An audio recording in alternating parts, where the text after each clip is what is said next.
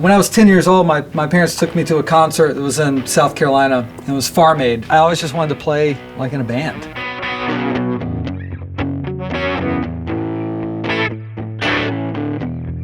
He taught me how to read tab, and once I learned how to do that, it was just like guitar magazines, and all the books that you could get at the music shop. And I was really obsessed with like the electric guitar, going into that amp and getting it louder and louder and louder. I think that's a big part of being able to fit in to a session or a band is listening. I started playing in sort of cover bands downtown. They'd have to sneak me through the back door because I wasn't old enough to now this is a familiar story. Yeah.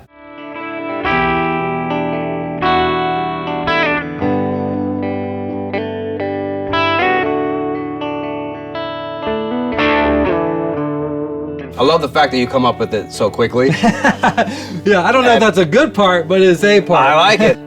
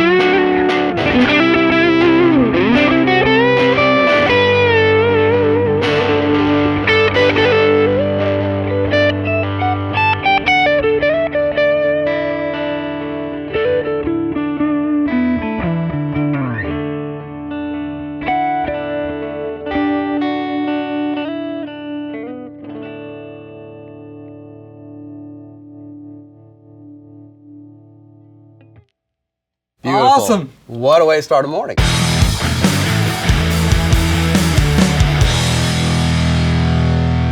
Everyone out there, I'm sitting here with my very special guest here today, Mr. Sadler Vaden, all-around awesome guitarist, Jason Isbell, producer, songwriter, and just a killer dude to be around. My Thanks, gosh. Man, thank you so here. much for, dude, thank you. Thank you for being here. We really appreciate you taking time out of your busy schedule, dude, to be here, because I know you are, I actually just saw you on, Late Show with Stephen Colbert. Yes, Yep. yes. I just saw that this morning. I was scrolling through my YouTube as I do every morning, and it just popped up, and I was like, I can see that guy today. You've got the right algorithm. Apparently, You got the good setup. A lot of guitar stuff pops up. So Nice. You know, but man, Thanks it for was watching. dude, great performance. We'll get into that because one of the things that caught my attention right away was I like how you guys like build the songs up, and like towards the end, like it gets like super big. And like it's almost jammy, but like controlled jams. Yeah. Really do enjoy that. I was trying to cop that a little bit right now Yeah, when we were yeah. here, but I love like the building in that. So I see you brought a couple of toys as well Yeah. for some show and tell. So Yeah. man, I'm excited. We're gonna talk all things gear and guitar, and I think just the little bit that I was watching and kind of poking around on the internet with you. Some of the things that I really that stuck out to me was your ability to play parts and work with the songs. Yeah. You know, I think a lot of times as guitarists, we kind of forget about that part, and we're more interested, or maybe, you know, the soloing. You know, just getting through the parts and all that, but like to really come up with stuff to complement the song and to like counter melody is I think super special, because it gives us like the application to do our thing. Yeah, definitely. And I think melody is kind of king, you know, and I grew up on all the players that I looked up to were kind of like, they were in bands mainly, and they were either the songwriter and producer of the band, you know, Jimmy Page, you know, Pete Townsend. So all my favorite players, you know, Mike Campbell, Joe Walsh, they all, you kind of remember their songs more than you remember, or if you remember a lick or a part, it's because of the song. That's right. That's something I've always grown up just liking. Players who were in bands that had songs rather than, you know, just too guitar centric, even though those bands were guitar centric. You know, the Satrianis and Steve Vai's, they're all amazing players. I just didn't I didn't connect to that when I was a kid, when I started. Totally understandable. No, I hear you. It's funny you mentioned those artists, and it's like, yeah, you're right. You remember the songs, and then you remember the guitar parts, and it's not maybe, you know, it's just the stuff that goes with the song really well, especially riffage with Joe Walsh and, like, you know, the stuff that Mike Campbell pulls off. It's just like, you're right. It's just as memorable as the song. I think that's like the secret that like we're all looking for. It's hard to do. Yeah. I think, because you know, there's really not a long list of players that could do that. I think it's hard. Yeah. You know, to find those magical in between moments. Yes, where it's just as important as the vocals. Yeah, and you got to listen to the words. You know, if the words are, if it's a sad story or something, you don't want to. You know, it just kind of depends. You don't want to come out playing a bunch of playing a bunch of licks, you know, that are superfluous totally. Or whatever. Yeah. So now you've how did you get started? What's a little background on you? Did you start off with this with the guitar, or how did you get into music and all that? I guess the first instrument that I was ever around was drums. Okay. And it was a parent's friend who had a drum set in the shed out back, and I went out there, and I was probably 7 or 8. You know, and he was a left-handed player, and I'm right-handed, so I quickly learned every time they would go over there, I would run out to that shed and get behind the drum. So that was, I wouldn't say it was my first instrument, but that was the first, my introduction to playing something. Oh, got it. Okay. It's funny because left-handed drum set, that means the good thing about that is if no one gets to play your drum set. Yeah, exactly. Like, you know, the drummer leaves the room for rehearsal, everyone wants to get on the drums. And it sounds like the right place for the drums to be outside of the shed. Yeah, if you're in a touring band and it's like, hey, can we use your kit? It's like, well, I'm left-handed. Totally. So the drums first. That's crazy. Yeah, that was like the first instrument that I ever, you know, put my hands on. And then as far as guitar, my parents were really into music. They didn't play music. My dad messed around. You know, he had a saxophone from high school band, and he had an old acoustic that I still have. Nice. That was just buried in the closet, and they just loved rock and roll music. You know, my dad collected vinyl. I mean, I'd say he collected it. He just bought records when they were vinyl. Yeah. You know, records being made. So he just was a big music fan, and so I grew up with a lot of music from the era of the, you know, late 60s, 70s, even early 80s. All the good stuff. Yeah, and then with the radio when I was a kid in the mid 90s and stuff. So you know, I still have a lot of that 90s stuff. The inside. mid-90s. Yeah, because does it sound that far away now? It does feel kind of far away. I was born in '86, so you know, when I was 10 years old, my parents took me to a concert that was in South Carolina. It was Farm Aid. Oh, wow! Okay. So we and that year was really big for me because my parents took me to see The Who.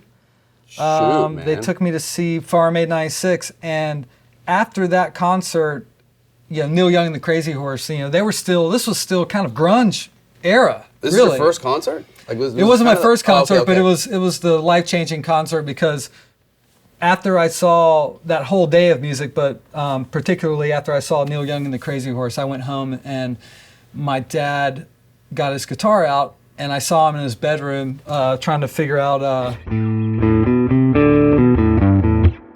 Hey Hey My My, and he figured it out because it's not too hard of a riff. Yeah. And I sort of went in there and was like, wow, Dad's got his guitar out, like never gets that thing out. Nice. And he was like, come on in here, and I sat down, and I was it. so inspired by seeing Neil Young and just the experience as a whole that that was it. And then I couldn't stop thinking about the guitar. I mean, What school age was this? like What age was this? 10. I was 10 years old. Okay. Yeah. Yeah. Mhm. So that's when I started. Yeah. Wow, man. You grew up in the house with all the music anyways. There's like the great influences are coming together. Neil Young and Crazy Horse, it's like, you mentioned simple, but like yet so impactful. I think that was the first time that I saw that you could play like in Cinnamon Girl, where it's just the one note for the solo. Near, near, near, near, near, near. Yeah. And very then, like, effective. Very effective. Sometimes I think maybe like when I was younger, I might be like, well, that's just that one thing. But it's like, man, it just stands out so well. And it's a great example of like how like less is more kind of thing. Yeah, and I think that was probably, I don't remember when Cinnamon Girl came out. I don't know the year, but at that time you got to think about all the electric guitar players that were really showing Sure. out. And I think that was, I don't know what his approach was, but it was just kind of like, just one note can say it all. Yeah, man, he's B.B. great King. at just like holding down a few chords and just really like making that statement with it. B.B. King, thank you. And really, Neil Young is a great guitar player. Yeah. He's very singular. It's like Yeah. that's, many people try to sound like Neil, but only Neil can sound Sure. like that. And I think he's technically a great guitar player. But once again, songs. He's applying all that into a story. Right. To drive the story home. So you're 10, you're playing the guitar. Were you taking lessons, private lessons, or you go to school for music or anything like So that? I had a experience with piano lessons, and I hated it. I Same hated here. having piano. Like, I didn't have to have them, but Yeah. there was, I was like, maybe I'll learn piano or something, because I think that's like a lot of folks, their entry is like, whoa, let's get a piano. I mean, it's You take definitely piano considered like one of the like you should have this basic. It's, Sure, it's yeah. very fundamental instrument. From, Yeah. I tried to, man. I couldn't do it. lessons. Yeah, I didn't like the lesson aspect of it. I like Yeah. playing piano, but maybe it was my teacher. So when I got the guitar, my parents were asking me, "Do you want lessons?" I was like, "No, I don't, I don't Wow. want lessons." So I never took lessons. Wow. But there was a kid down the street named John Edwards, and he took guitar lessons. And he played guitar, obviously. So I would go over to his house, and he had learned how to read tab in the back Yeah. of guitar magazines. Sure. His teacher taught him how to read that. So he taught me how to read tab. And once I learned how to do that, it was just like guitar magazines, and all the Yeah. books that you could get at the music shop, Jimi Hendrix books. And Man, so that's crazy because you're right. The first time I saw tab wasn't a magazine. It wasn't a book. yeah. Wow. Yeah, because I wasn't really too keen on the whole, the notes and the sheet music thing either. No. That was kind of like a thing where I was like, can't we just learn the song? Yeah. And I was obsessed with like plugging into, I had this little, my first guitar was a Harmony. Cool. Like Stratocaster Yeah. bass, and it was out of the old like mail order catalogs. Oh, Yeah. right. I think it was Gotcha. called like Fingerhut or Belk or Fingerhut, old school. something like that. Yeah. So my parents got me that for Christmas, and it came with this like Radio Shack amp, and I was really obsessed with like the electric guitar going into that amp and getting it louder and louder and louder. And I turned it up all the way one day, and I was playing. I was doing that. I was getting all that distortion and Nice. stuff, and like 2 minutes later, died. The amp just died. I mean, No! it couldn't take it. Couldn't handle it. So, but I was really just obsessed with just like the sound, and the power I felt from plugging in. Dude, that's a great way to put it. I mean, it is definitely a feeling. So the players you mentioned before influences song-wise and guitar playing-wise, but is there would you say there's like a top, 1 to 3 players that are really like the ones where you're like, that's the reason? Well, I can point to Neil Young for really being the beginning of me Yeah. wanting to play guitar, and I guess it was less about him playing the guitar, but more of the experience of seeing him and the Crazy Horse, and it was so loud, and they opened with "Hey Hey My My," and Full picture. Just the full whole picture. the whole thing, because I don't know, I've always just been into I always just wanted to play like in a band. after I saw So that. when did that start happening? So that started, well, I was probably 15. I was in high school, and I wanted to get a band together, and I found some guys to play with. And of course, no one would sing. No one wanted to sing. Everyone's afraid to sing. No one wanted to sing. And so that's when I started singing, because default, you had to. Yeah, I was like, well, someone has to sing. Yeah. And I was really into Oasis at the time, so I was all, I was trying to sneer like Liam and Sure. super into the Beatles. So Right. I wouldn't say Oasis be the best vocal band to learn how to sing from, but the Beatles would be good. My gosh. But yeah, so that was when I started my first band.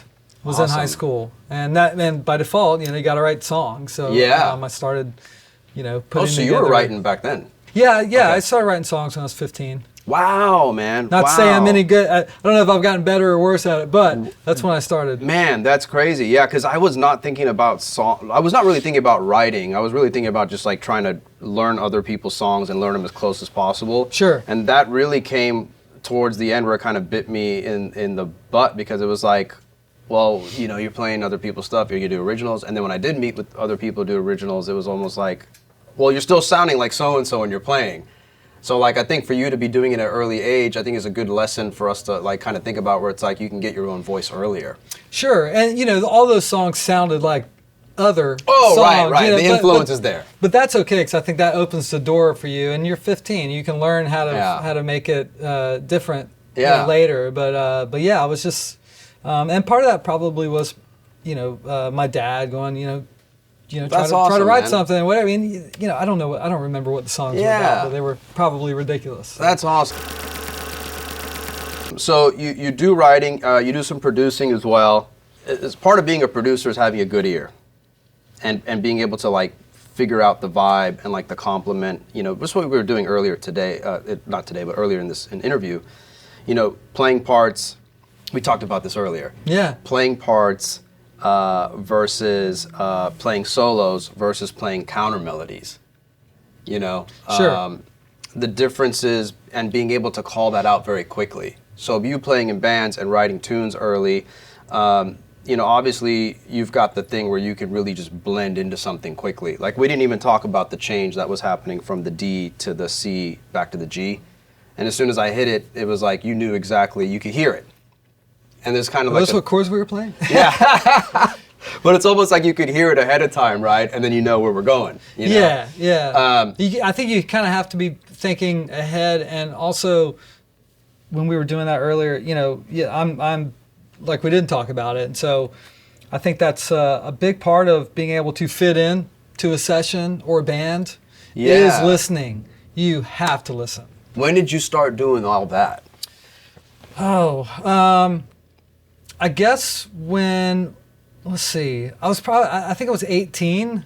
Okay. And my parents really wanted me to, they wanted me to go to school, and maybe go to school for music or something like that. But I don't, we didn't have the finances to do that. And I had already sort of left high school, and, but they were like, well, you need to try to figure out how to, they're like, we need to help our son get out there, right. Because I think I clearly had a natural talent on the guitar. Yeah.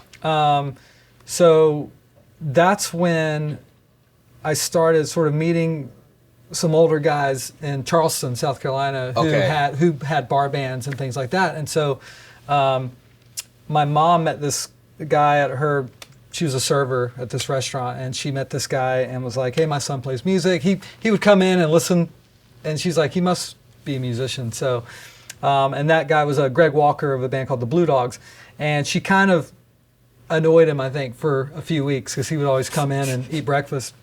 And finally he was like, lady, give me his number and I'll give him a call, and we'll see if you're making this up or not. So I started playing in sort of cover bands. Downtown, they'd have to sneak me through the back door because I wasn't old enough to now this is a familiar story. Yeah. That's a great way to let's say shed through stuff. Yes. And the experience like really ramps that all up, right? And back to your question about when that started. I think that's when that started for me, because I had to be on the spot. I would just go sit in with these bands and Right. stuff. And so I had to, on the spot, really listen and learn everything from, you know, to Dave Matthews or Right. Van Halen or Yeah, whatever 'cause they in were going to those be playing. bands, it's such a wide range, and like you said, yeah, you got to be quick.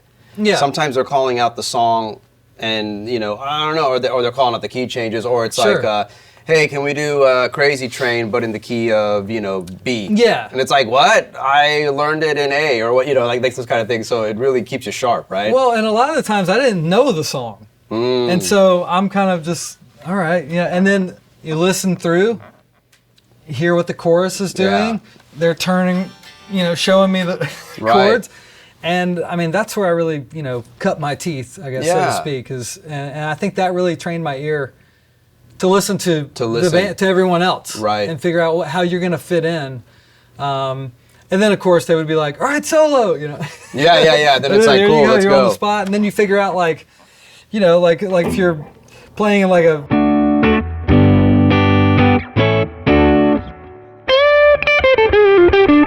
you know, you don't really want to play like minor pentatonic over Yeah. a bunch of major chords, and so that's when you figure out, oh, I can't really play that right over. there. Yeah, so that was.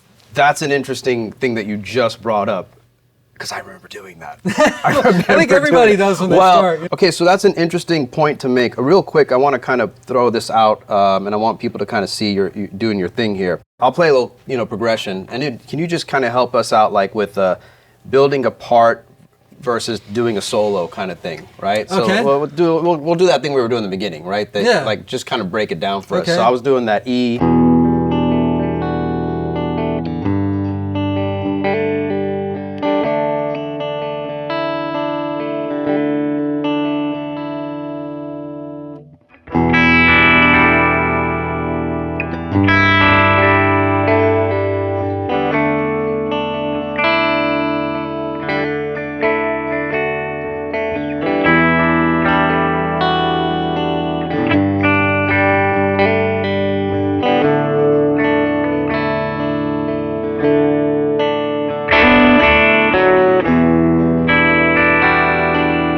Cool. So this is Yeah, like something supporting and Yeah. building together. I like Yeah. it because we're kind of playing the same chords, but you're only using choice notes out of those chords. Yeah, I'm trying to find something kind of, you know, after, you know, just sort of in the transitions, in the holes. Instead know, of us both playing the same rhythm. Right, and counter what you're doing. Yeah, so now in a melody sense, you know, if it was something to where like maybe now we have to do something that's kind of like a line, let's try that real quick here. So I'll do the same thing.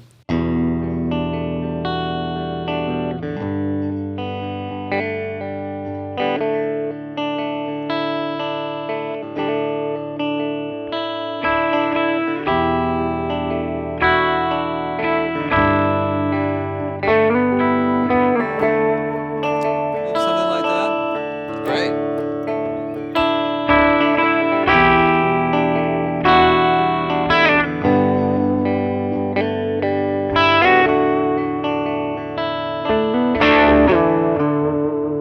Yeah, start there. Repeat. Yeah, repeat. Yeah, Makes it a part. and then against. Just try that real quick, yeah.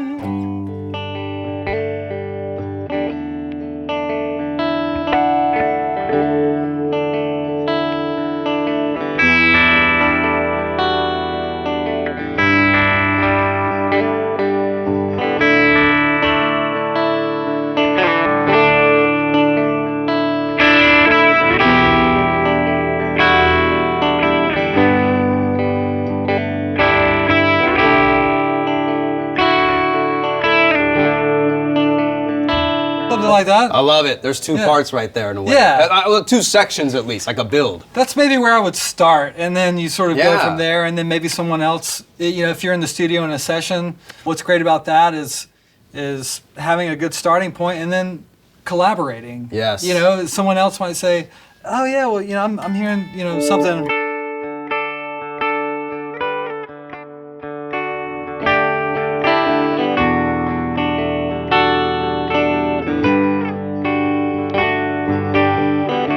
You know, they might have it play it up here or try it. I'm hearing something more sparkly. Love it. So I love the fact that you come up with it so quickly.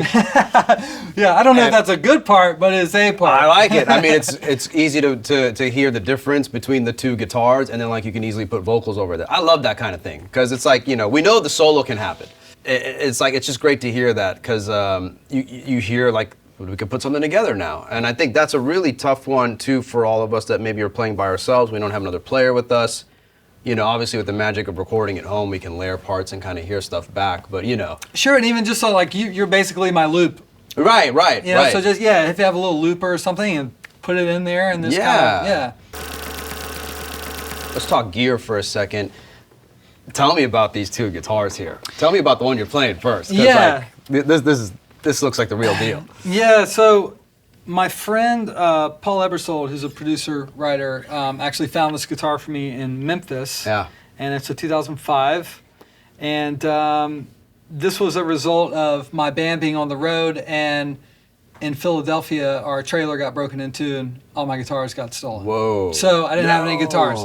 And him being a good friend found this and, you know, put some money together to buy it for me. And yeah, it's been, that's awesome. I guess it's been, I don't know, I've had this guitar for maybe 14, 15 years. Wow, okay. But on the road with Jason, I've played this guitar every night. So his song, Cover Me Up, I've always played this guitar on that song. And it's just kind of my number one guitar. I love the neck, and I'm just very closely connected to this guitar. What year is it again? You said? I think it's a 2005. This one is? Yeah, I think so. Okay, yeah. got it. You've been playing it, buddy. Yeah, and you know, I didn't buy it in 2005, but yeah, definitely. I like the color. It's got a lot of airtime.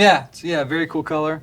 You were saying the pickups are a little different, or what are the pickups? Yeah, so the pickups that were in there crapped out, and I have a 59 here and a Pearly Gates here. Oh, nice. Yeah. Very cool. So that's a good combination because you get this nice kind of chimey.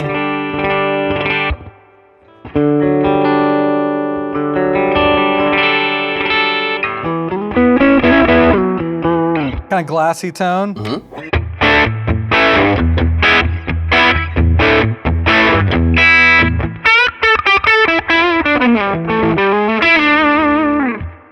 Nice. That sounds great. Yeah, it's a good sounding guitar. Very cool. Sometimes just the wood, you know, you get a good one. All guitars are different, so. And then what's the other guy there, the other SG? Yeah, so this one I purchased last year, and this was my first vintage guitar. Ooh. Yeah. Well, that's not true. I have this old Vox Grand Prix guitar that has built-in effects and everything. Oh, yeah. No one would know. If they saw that in the store, they'd be like, look at that. You know, I wouldn't buy that. But it's a very cool guitar. Quirky, yeah. Yeah. And I went up to Chicago Music Exchange and played a couple. And this is a 63 Les Paul SG. And that's all stock, that one? No, it's not. Should I plug it in? Dude, please. That'd be great. Yeah, definitely. That's like the poster child SG, you know? Yeah, so this is it's not all stock, and it had some, it already had like the, what they call it, the heel crack, I think. It already had that, and they did some overspray to fix that. Oh, yeah. And it did have the, you know, tremolo, you know. Oh, it did? Yeah. Oh, you're right. I can see the outline of where it used to be. Okay. Yeah, fill that in. But it's original wiring, and the pickups are the high voltage pickups. And I don't know, I just really loved the neck on it. And I played some other ones from sort of the same era, and they had, you know, PAFs and patent numbers in them, but I just thought this guitar sounded better.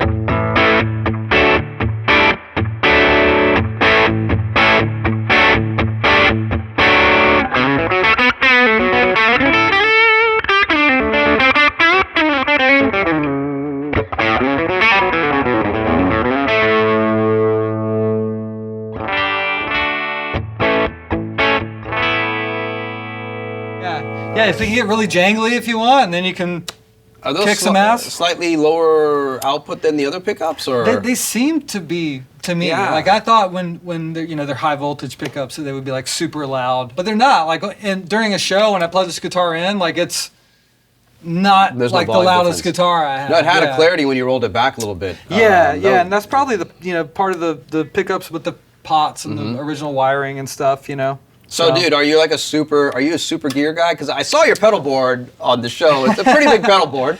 Yeah. I mean, I don't know. I'm not too crazy. I'm not too gear crazy. Is it more because you have to cop parts of the songs? Like you have to reproduce songs when you're with Jason? All the stuff that my board does is like classic. Oh, okay. Okay. Yeah, it looks like it. Well, it could do a lot more, but I just have sort of a couple of gain stages. Boost and a fuzz, and like a overdrive, and then a king of tone. You gotta have a king of tone. And a lot of my gain comes from my amps.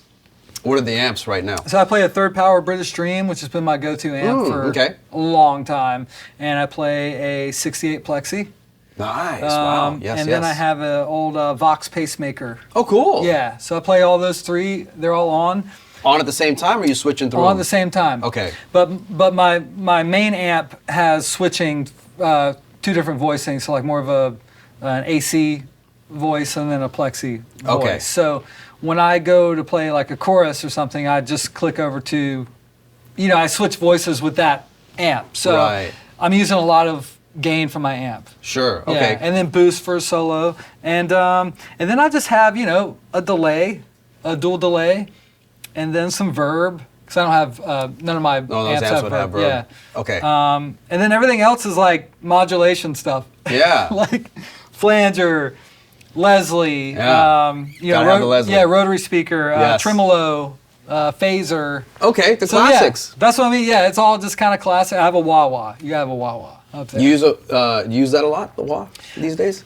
Not a lot, but it's there. There's a song we have called "Strawberry Woman," where I play slide on. Yeah. And we did wah wah with slide in the studio. Got it. Oh, that's cool. So think about that. So yeah, I actually do use it every show, and then at the end of a song too, it's just to get that effect. Yeah, you kick that thing on, and do some sweeps with it. Dude, the first time I bought a wah pedal, like I stepped on it, and then like it didn't do anything. And I was like, this thing's broken. Like it's not doing like I'm not hearing Voodoo Child Jimi Hendrix. Yeah. And I'm like, what? Did you have it plugged in the wrong way? No, it was plugged in the right way, but I just stepped on it and I was like, that sounds weird. And then when I took my foot off, it rocked back and then made the wah sound. Oh, gotcha. So then I was like, oh, Yeah. and then it took a second for me to be like, oh, you have to move this thing. I didn't really see anyone use one before, I saved up so much allowance to get my first wah-wah pedal, and I wanted the Crybaby. They were like $50, they were like $60, I think, back then. Yeah, that was a lot. Yeah, that was a lot. Yeah, that was a lot to do back then, but man, I was so excited when I got it. I mean, it was just like all day, all night, wow, wow. Totally, yeah. totally. Let me ask you this now, dude, so how did the gig with Jason come up? My old band Leslie that I had for like 7 years that it was sort of a band I started with some friends in Charleston. And we, as we started to get out there, like Jason went solo from Drive By Truckers, and we started opening for him here and there, sort of in the in the Carolina area. Gotcha. And then that band broke up, and I joined a band that I grew up listening to called Driving and Crying from Atlanta, Georgia.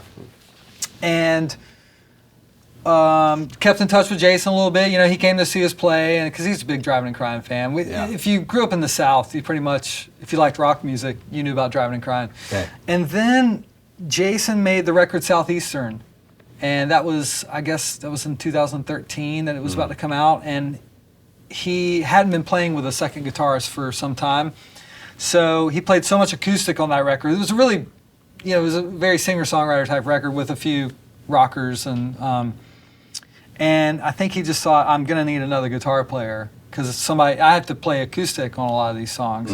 And I think he was just sort of, who do I get? And since we had a relationship, already, somewhat, at least. Yeah, somewhat, yeah. And I think, we had a lot of mutual admiration for each other. And at that time, I think I was trying to look for something, because Driving and Crying is sort of, they had their sort of big moment, and I was kind of, I was searching for my big moment if I could find one. And Kevin, the singer Driving and Crying, gave me his blessing to join, and Jason kind of asked me to join. Wow, so that's great. We didn't rehearse or anything. It was like, show up to the gig. No. Once again, That whole the thing. bar band training. Yeah.